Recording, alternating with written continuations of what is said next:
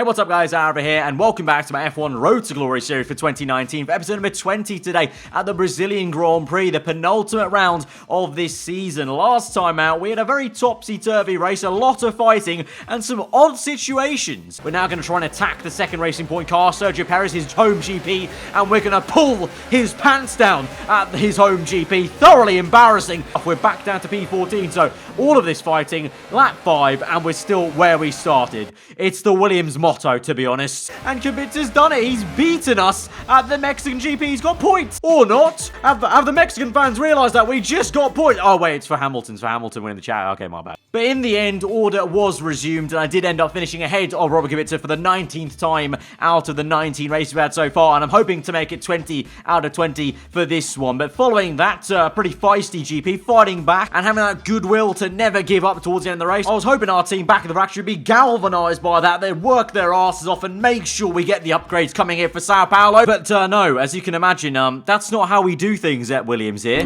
We had a major issue on the production line earlier this week, so the entire development package for this weekend has failed. So that's fantastic. Second last race of the season, and we're still failing upgrades here. Simple rear downforce upgrade, a minor upgrade here, and we failed it. Clearly, Terry from the aerodynamics department was too busy tucking into a new packet of Bourbons, and he just couldn't be asked to make a new rear wing. And so we're going to have to head into qualifying knowing that our car's rear end is going to be looser than more off Love Island, to be honest. And position-wise, you can see as we end Sector 2, we're down in P19, just about maybe trying to fight for P18, but it's not looking too good. I think maybe P17 would be a miracle result at this stage. We go through the last two corners there, lock up on the front left, nearly completely off-wide on the grass. I mean, the turning angle of the steering wheel for that entire second sector was just horrendous there. And so we come through opening DRS. We even have to extend the track a little bit just to gain an extra 10th and across the line for P18. Sorry about that. Just wasn't our day. Jeff, mate, you should have just ended that with, sorry about that, mate, because you should be saying sorry for the abysmal car you and your team are giving me. So, yeah, second last race of this season. You'd like to think we've made progress, you know? We started off the first episode in the bottom 2 on the last row. You'd like to think after 20 episodes, things would be escalating, we'd be improving.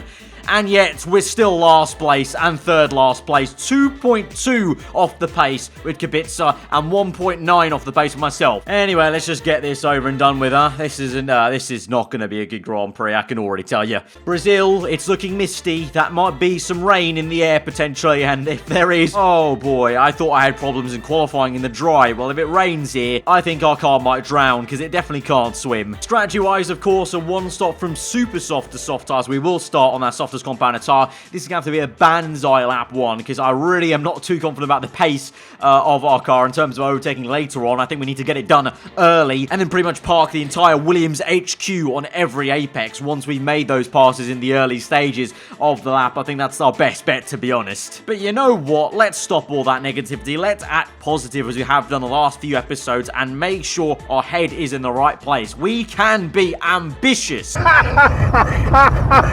Right. Let's get into this then. The second last race of the season, the Brazilian Grand Prix. We go to 5 red lights from P17 on the grid. The lights are out and we're underway, and it's a good start for us, but it's even a better one for Alexander Albon then. Lance Stroll, we're going to move to the inside, in fact, and make a huge dive down the inside of 1, 2, 3 cars, maybe? No! The Haas car. Grosjean, they're bullying me already. Bullying has already occurred. It's only been 10 seconds into the video. Someone call the police. But despite that very frosty turn 1, we're at least up into P15 here, so making progress, and up ahead some fighting for Sergio Perez and Carlos Sainz in the Racing Point and McLaren car. So can we catch someone napping potentially? I think we're going to have to catch someone knocked out rather than napping, but let's try our best here. But the car at this stage of the season probably generating lift more than downforce, to be honest, with the amount of lack of upgrades we've had. But we're going to send one down the inside of Carlos Sainz and do some bullying of our own there. Get the elbows out and make sure they know we're here and we're here to stay. And we're going to even bully our way past maybe the Haas of Magnussen as well and really shove it to the Rich Energy Haas team. No doubt, though, the Rich Energy social account will definitely tweet out how they're better than Williams later on after the race is done. But it's been a mega lap 1 then, up into P11. Could be even P10 by the time we cross the line for lap number 2 as we try and size up Kvyat there. He goes very defensive on the left. We're going to try and go to overtake mode, and the ERS going to fake to the right and go to the left, keep him guessing there. And Kvyat tries to push us off circuit into the wall potentially. We're going to push him back, and across the line we do get up into P10 before the end of lap 1 even finishes there. So absolutely mega lap. And what did I say now? We simply park the HQ and then we're done. But hang on, there might be more. We move on to lap number 3, and there's a bit of a slow train here, headed by an Alfa Romeo car who's holding up Leclerc and the 2 Renaults. So once again, Leclerc's held up in a train and might actually see a Williams car. I'm pretty sure we're giving him nightmares at this stage ever since the Hungarian GP. But yeah, the Alfa Romeo car not doing too well there and holding these guys up. So backing the Renaults into us, as well as Kvyat though, to be fair, he's keeping me very honest indeed. So we have to try and maybe get some of these Renault cars in between us too, because of course we've got that bitter rivalry with Toro Rosso. Only about 7 or 5 points potentially, I think it is, between us in the Constructors' Championship. So we have to try and maintain that lead into the next final race of the season, of course. But for now, can't get quite close to Ricciardo that time round. But lap number 4 to lap number 5, this time a little bit closer, and with DRS activated, ERS going on overtake mode, can we make a move to the inside? It's going to be a big dive there, and we're just going to have to go for it. Lock up at the front left, and Ricciardo taps us, and he's out of the Grand Prix,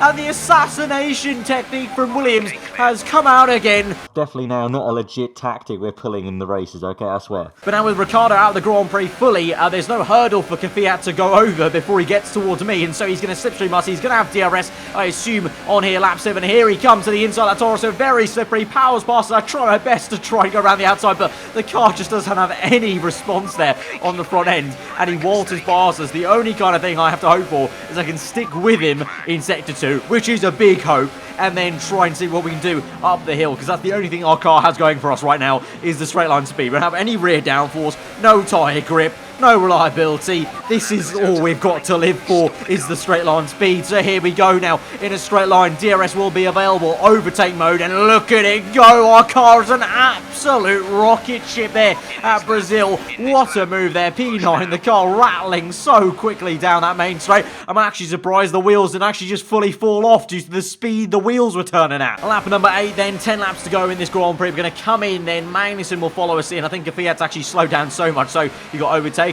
by the Dane, and so we're in for that one and only pit stop here onto a set of soft tyres there. Leclerc not too far off us actually, and that Alfa Romeo car of Raikkonen, I think it was, is still out there somewhere, maybe holding people up. So let's try and hope they can back Hulkenberg into us, and Hulkenberg's actually just there. We've gained some time there. Very good pit stop from our crew, so good to see. And so let's see, maybe can we get the second Renault? That'll certainly be a very good showing here, but you've got to remember, we're Williams, so that's not going to happen. Move on to the end of lap 9, and Hulkenberg has already dropped us there, just over 3 seconds, I think that is the time is, so he's waltzing away from us, and Kvyat is keeping us honest once again. So we really are just having to do a lot of defensive work and hope that people come backwards towards us. And we've got a virtual safety car right now, so that might actually be some cars going backwards towards us. And so with that, we're up into P9 as it stands. Some people making some pit stops under that virtual safety car, and this is on the next lap. We just overtook a McLaren that was stricken there. I think that was the reason why the virtual safety car was called out here. So looking pretty okay. We're on the teetering edge of points before P10, but now a little bit more comfy P9. And, you know, if maybe someone could back up Hulkenberg, and actually, you know what? An Alfa Romeo car, I think that was the Alfa Romeo car I was talking about, Raikkonen, who's backing people up, is now out the GP. So that might actually not be great news for us, but we gain one more free position up into P8. So I'll take it. I'm always up for more charity here. And Red Bull might have just heard me say that, because this is a replay now. A few laps later this is, and Verstappen tries to battle Pierre Gasly, gets it all horribly wrong, and his front right tyre is sheared off there in the battle with his own teammate, and so he's going to be out of the Grand Prix. And so we come through another virtual safety car on lap 14 here. 4 laps to go in this GP, but we'll get one more free position and we'll be up into P7 of the Grand Prix. Absolutely stunning job. That's best of the rest pretty much, obviously, with the top 6 usually, so I really can't complain. The virtual safety car is going to end. We've got 4 laps left to go. Hulkenberg got a bit of a gap here, but could we maybe try and catch him? That's going to be a big fat no for me, dog. So yeah, there in the end, we cut on to the last lap of the Grand Prix. Pretty much nothing happened apart from my tyres falling off the cliff. But to be honest, I can't be too negative about this Grand Prix, because we are going to come through for P7 on the grid. A pretty solid result, I would say, considering the qualifying pace we showed earlier. Alright, race over. Take care of the car on the way in. And of course, my engineer could not give a toss about it and just wants me to take care of the car. I mean, let's just forget the fact I did a 7-car banzai overtake on lap number 1. Just forget about that. Just make sure the car gets home in one bit, because, you know, it could literally fall apart at any point. Great work out there today. How do you think it went?